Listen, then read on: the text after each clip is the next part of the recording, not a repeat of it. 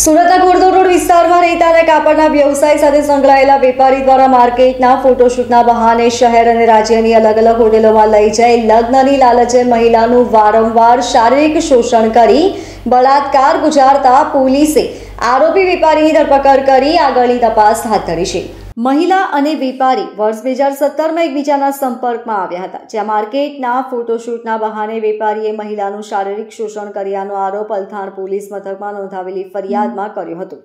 સુરતના અલથાણ પોલીસ ચોપડે મહિલાના શારીરિક શોષણની ફરિયાદ નોંધાઈ છે। ભોગ બનનાર મહિલાએ અલથાણ પોલીસ મથકમાં નોંધાવેલી ફરિયાદ મુજબ વર્ષ 2017માં તે સુરતના ઘોડદોડ રોડ ખાતે રહેતા અને ટેક્સટાઇલ્સના વ્યવસાય સાથે સંકળાયેલા મિતેશ સંપતલાલ જૈનના સંપર્કમાં આવી હતી।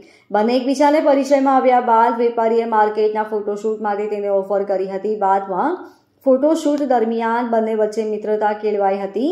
ફોટોશૂટ કરવાના બહાને સુરતના ડુમસ રોડ પર આવેલ હોટલ સહિતના ગોવા તેમજ અન્ય રાજ્યોની હોટલોમાં લઈ જઈ શારીરિક શોષણ કર્યું હતું।